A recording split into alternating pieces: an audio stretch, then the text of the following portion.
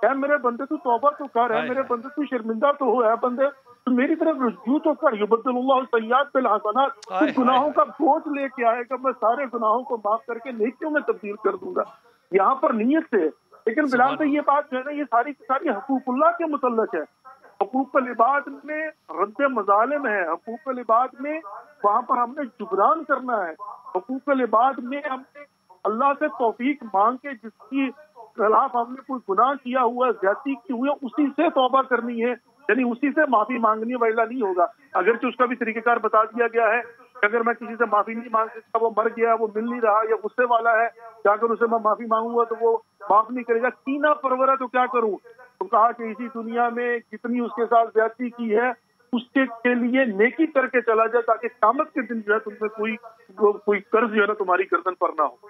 یہاں پر اللہ کے معاملات تو بہت اعلیٰ، بہت اچھی بات. زبیر بھائی یہ بتائیے کہ ایک شخص ایک گناہ کرتا ہے، توبہ کرتا ہے، پھر کرتا ہے، توبہ کرتا ہے، یہ توبہ کا سلسلہ زبیر بھائی کب تک کر سکتا ہے وہ؟ حتی تطلع الشمس من مغربها، یہاں تک کہ جب سورج مغرب سے طلوع ہوگا اس وقت تک، یعنی آخرت کی قیامت کی سب سے آخری جو نشانی ظاہر ہوتی ہے اس سے پہلے تک اللہ رب العزت توبہ کے دروازے کو کھلا رکھے ہوئے ہیں. توبہ کرتے رہو، قبول ہوتی رہے گی. 100 بار شکستی باز آ، تو نے 100 مرتبہ تو اپنے گناہ کو پھر دوبارہ لوٹ کر کے کر لیا، توبہ کو توڑ دیا، پھر بھی تو باز آ جا، پھر بھی تجھے اللہ تعالیٰ کی طرف سے قبولیت ملے گی. سگے بیٹے نافرمان سگے بیٹے سے، سگی ماں اتنا جلدی راضی نہیں ہوتی جتنا باغی اور سرکش مگر نادم بندے سے اللہ تعالیٰ جلدی راضی ہو جاتا ہے. یہ قانون رحمت خداوندی ہے، اللہ جلدی راضی ہو جاتا ہے. یاد رکھیے بلال بھائی، گناہ کس چیز کا نام ہے؟ جہالت کا نام ہے اور بغاوت کا نام ہے، مگر آنسو کا ٹپکنا یہ ندامت کا نام ہے. اور ندامت جہالت اور بغاوت دونوں کو ختم کر دیا کرتی ہے، ندامت دھو ڈالا کرتی ہے. واہ واہ واہ، کیا خوبصورت بات کی زبیر بھائی. ڈاکٹر صاحب آپ کی توجہ اس طرف دلاؤں گا، جب بھی کوئی شخص گناہ کرتا ہے تو کیا وہ اس معافی کے ساتھ ہی کہہ رہا ہوں بات، کیا وہ اس مان سے کر سکتا ہے کہ بعد میں توبہ کر لوں گا؟ ایت اللہ دستہ غیب شیرازی مرحوم نے ایک بڑی عجیب مثال دی تھی. کوئی اس نیت سے زہر کھا لے کہ میرے پڑوس میں ایک ڈاکٹر رہتا ہے تو وہ علاج کر دے گا، ٹھیک ہو جاؤں گا. زہر کھا لیا، اس نے کہا کہ جناب میں تو علاج نہیں کرتا، یہ تو 302 لگے گی. پھر کیا کرے گا؟ پھر کیا کرے گا؟ ہلاکت ہے. علاج وہ کرنے کے لیے بڑھتا ہے، علاج اثر انداز نہیں ہوتا، پھر کیا ہے؟ پھر بھی ہلاکت ہے. جی سوال اس وقت یہ ہے کہ بہتر یہ ہے کہ گناہ کیا ہی کیوں ہے تو نے، یعنی یہ کہہ کے کہ میں گناہ کرتا جاؤں گا اللہ معاف کر دے گا، تو یہ تو جسارت ہے، یہ بغاوت ہے، بغاوت ہے، سرکشی ہے. ایسے نہیں ہونا چاہیے. سامان ہو گیا یا کہیں ہو گیا تو وہ اللہ کرے نہ کرے وہ الگ بات ہے، لیکن ہمارے معاشرے میں دیکھو ہمارے کر لو جی اللہ جانے گا، رسول اللہ جانے، اور مولا علی جانے روزے کے. مولا علی بھی وہ کہتے ہیں قرآن کریم میں خداوند متعال نے سورہ مدثر میں کچھ مجرمین کا تذکرہ بڑا عجیب یعنی مکالمے کے انداز میں فرمایا ہے کہ جب اہل جہنم جہنم میں پہنچ چکے ہوں گے اور جنت والے جنت میں پہنچ چکے ہوں گے، اس سے آگے تو کچھ نہیں ہے نا جی، اور دونوں کے جب آمنا سامنا ہوگا اور ایک دوسرے کو پہچانیں گے تو یتساءلون عن المجرمین، جو اہل جنت ہوں گے نا وہ ان مجرموں سے جہنمیوں سے پوچھیں گے جن کو خدا قرآن میں مجرم کہہ رہا ہے. اس سے بڑھ کر تو کوئی ثبوت نہیں ہے نا. ما سلککم فی سقر، تم جہنم میں کیسے پہنچ گئے؟ اب وہ اپنے جرائم بتا رہے ہیں. انسان اسی پیغام کو سوچ کے سبق سیکھے. کہتے لم نکن من المصلین، بھئی ہمارا ایک جرم یہ تھا نماز نہیں پڑھتے تھے، تو گویا کہ نماز نہ پڑھنا جرم، ناقابل معافی جرم، اس کی سزا جہنم، جہنم میں پہنچ چکے ہیں. لم نطعم المسکین، ہم مسکینوں کو کھانا نہیں کھلاتے تھے، پکا پکا کے پھینک دیتے تھے، غریب آ جا دھتکار دیتے تھے. گناہ نہیں کر رہے تھے لیکن اعمال پہ عمل نہیں کر رہے تھے جو کہ کرنے تھے. گناہ بھی یہ بھی گناہ، نماز نہ پڑھنا گناہ ہے، گناہ ہے نا. اللہ کہتا ہے بیمار کے پاس جانا ہے، میرے پاس آؤ گے. پھر گناہ جو ہے وہ جرم ہے، خدا اس کو مجرم قرار دے رہا ہے تو جرم ڈکلیئر ہو گیا نا.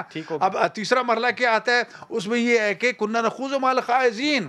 چاہیے تو یہ تھا کہ جو اسلام کا مذاق اڑائے میں اس کا راستہ رکھوں، اس کی زبان کھینچ دوں، میں اخلاق میں چپ رہا، اپنی طرف سے انٹلیکچوئل بنا رہا، میں نے آواز نہیں اٹھائی. اور پھر کیا ہوا؟ کننا نکذب بیوم الدین، میں نے قیامت میں کچھ نہیں، مولوی نے تماشا بنا جھٹلاتا رہا حتی اتاک الیقین، یہاں تک کہ موت آ گئی. اگلا جملہ جو خدا کہہ رہا ہے کہ فما تنفعهم شفاعت الشافعین، یہ ایسے مجرم اور ایسے جہنمی ہیں کہ جن کی کوئی سفارش کرنا بھی چاہے گا تو سفارش نہیں ہو سکتی۔ یا جی یہ فرمائیے کوئی ایسی توبہ ہے جو قبول نہ ہوتی ہو؟ بسم اللہ الرحمن الرحیم۔ قبلہ انسان جب بھی خلوص دل کے ساتھ اپنے رب کی بارگاہ میں رجوع کرتا ہے تو کوئی وجہ نہیں کہ اس کی توبہ اللہ کی بارگاہ میں قبول نہ ہو۔ بڑے سے بڑا گناہگار، بڑے سے بڑا عاصی جب ندامت کے آنسو بہا کے اپنے مالک کے حضور پیش ہوتا ہے، چاہے اس نے 100 قتل کیے ہوں، چاہے اس نے 200 قتل کیے ہوں، لیکن حق آپ نے میرا مانگا ہے، مارا ہے، توبہ آپ اللہ سے کر رہے ہیں، وہ توبہ کیسے قبول ہوگی؟ بڑی اچھی چیز کی طرف آپ نے اشارہ فرمایا ہے کہ بلا جیسی توبہ ہوگی ویسی، جیسا گناہ ہوگا ویسی توبہ ہوگی۔ اگر ہمارے گناہ کا تعلق اللہ کی شریعت کے ساتھ ہے تو پھر ہمیں اس شریعت کی پاسداری کرنی ہوگی۔ جو ہم نے نمازیں چھوڑی ہیں ہمیں ان کی قضا کرنی ہوگی، جو ہم نے روزے چھوڑے ہیں ہمیں اس کی قضا کرنی ہوگی۔ اور اگر ہمارے اس گناہ کا تعلق بندے کے ساتھ ہے تو میں بالفرض آپ کا کسی بھائی کا 5 لاکھ روپیہ مار لیتا ہوں، اس کا 5 لاکھ روپیہ غصب کر لیتا ہوں، تو میں اگر کہوں کہ سوری مجھ سے غلطی ہو گئی تو ایسی سوری، ایسی توبہ نہیں ہو کہ پہلے اس کے پیسے واپس کرنے ہوں گے پھر توبہ ہوگی، یعنی کہ جب تک آپ مجھے معاف نہیں کریں گے میں توبہ کا حقدار ہی نہیں بنتا ہوں۔ زبیر بھائی بہت شکریہ، آپ کا وقفہ لوں گا اور واپس آ کے لوگوں سے یہ پوچھوں گا، مہمانوں سے، کہ حضور اقدس اگر اللہ بار بار قیامت آنے تک میرے گناہ معاف کر رہا ہے تو آپ کے اگر ملازم بھائی بیٹے کسی نے خامد میں کسی نے گناہ کر دیا ہے اور وہ توبہ کر رہا ہے، وہ معافی مانگ رہا ہے، تو آپ کو کون سی موت پڑی ہوئی ہے کہ آپ معاف نہ کریں کہ تین میں پہلے بھی معاف کیتا سی؟ خدا کا واسطہ ہے، واپس آئیے۔ سبحان اور حسنین ہمارے ساتھ ہیں، ان سے روزہ کشائی ان کی دیکھتے ہیں، اور یہ میں آپ کو بات بتا دوں کہ یہ جو روزہ کشائی آپ دیکھتے ہیں اس کو دیکھ کے جتنے بچے موٹیویٹڈ ہوتے ہیں، میں اپنے گھر کی آپ کو مثال دے سکتا ہوں، بچے چاہتے ہیں کہ ہم روزہ رکھیں اور ہماری روزہ کشائی جو ہے وہ کی جائے۔ دیکھیے روزہ کشائی۔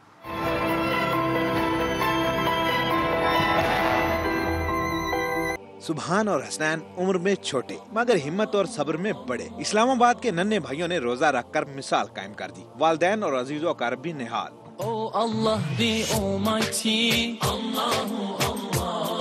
ننھے روزہ داروں نے بھوک اور پیاس کو خاطر میں لایا، نہ ہی کھانے پینے کی طلب کو خود پر حاوی ہونے دیا۔ میرا روزہ بہت اچھا جا رہا ہے، میں نے قرآن پاک کی تلاوت بھی کی اور میں نے آج نماز بھی پڑھی۔ مجھے بہت پیاس لگی تھی، نماز پڑھی ہے، قرآن پاک کی تلاوت کی ہے، مجھے بہت حوصلہ ہوا ہے، میں نے روزہ پھر بھی نہیں توڑا۔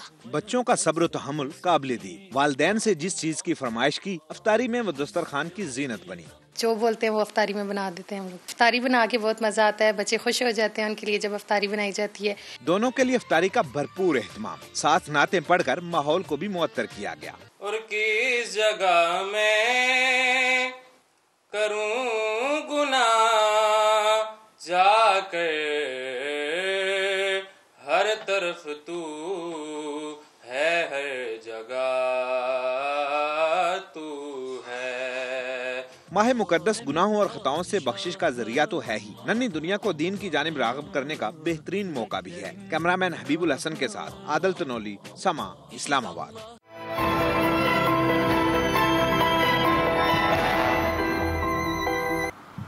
بسم اللہ الرحمن الرحیم۔ شاہ صاحب، اللہ تعالیٰ نے بڑے بڑے موقع رکھے ہیں، بڑے بڑے دن رکھے ہیں، پیر کا ہے، جمعرات کا ہے، لوگ روزہ رکھتے ہیں، مدینہ شریف میں بھی، مکہ میں بھی، ہم بھی یہاں پہ رکھتے ہیں۔ یہ بتائیے کہ آج جمعۃ الوداع ہے، رمضان رخصت ہو رہا ہے، کتنا دکھ ہوتا ہے نا، آنکھوں میں آنسو آ جاتے ہیں کہ رمضان رخصت ہو رہا ہے۔ یہ جو اس وقت صورت حال ہے جمعۃ الوداع کی، کیا یہ بھی ایک بہانہ اور عذر ہے؟ کیا اس میں توبہ کرنے کا اجر اور ثواب زیادہ ہوگا؟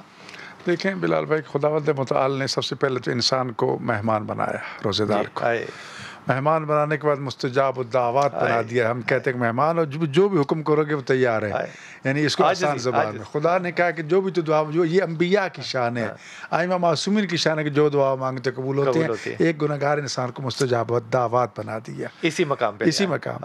اور پھر اب صورت حال یہ ہے کہ خدا نے ہر روز کتنے ایسے اپنے گنہگار بندوں کو جہنم سے نجات دی جنہوں جنت واجب ہو چکی تھی، فرض ہو چکی تھی۔ حدیث میں ہے کہ جو روز جمعرات اور شب جمعہ اور جمعہ کے دن ہوتے ہیں، اس دن میں تو خدا اتنے لوگوں کو آزاد کرتا ہے کہ حد سے زیادہ۔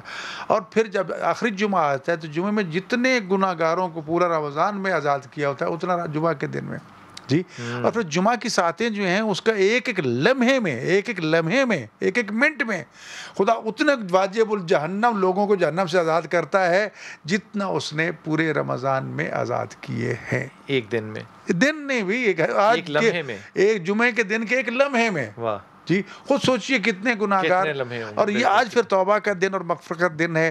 ایک چیز دوسرا دن جس کی طرف میں آج ہی کے حوالے سے متوجہ کرنا چاہتا ہوں، قائد اعظم محمد علی جناح رحمۃ اللہ علیہ نے 1940 میں یہاں قرارداد پاس کرتے ہوئے بھی فلسطینیوں کی حمایت کا اعلان کیا ترکیب الاول کا لاہور میں، اور جب سن 47 میں پاکستان بنا اور 48 میں اسرائیل نے قبضہ کیا اس کے اوپر، تو اس وقت بھی فلسطینیوں کا ساتھ دیا اور آج تک پاکستان اپنے قید کے حکم کے ساتھ کھڑا ہے۔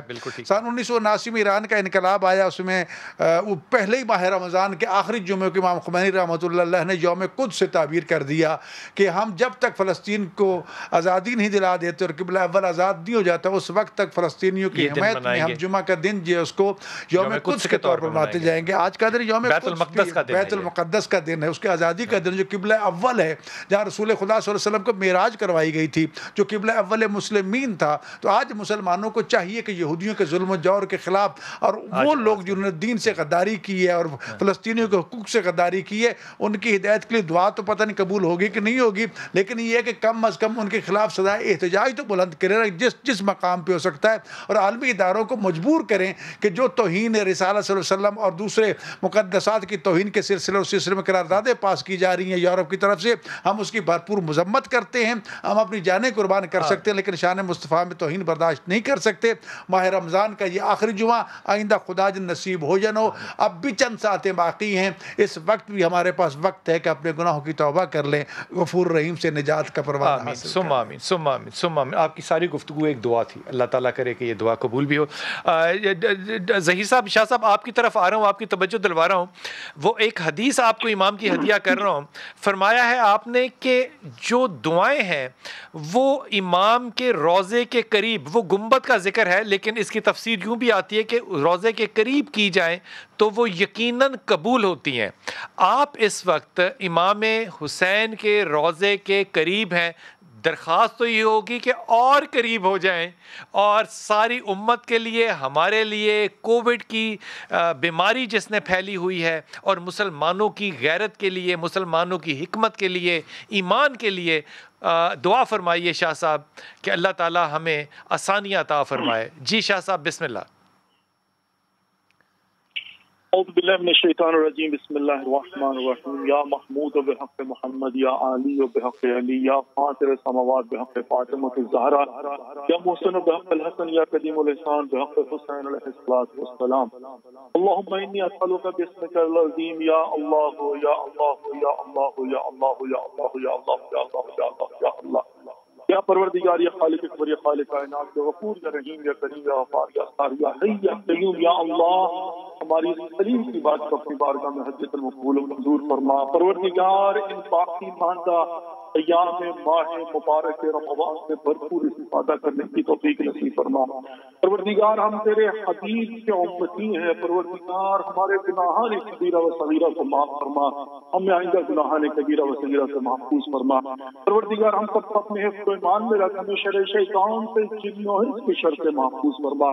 پروردگار تمام تر مریضوں کو، بالخصوص جو کورونا سے متاثر ہیں مریضوں کو شفاء کامل و عاجل عنایت فرما۔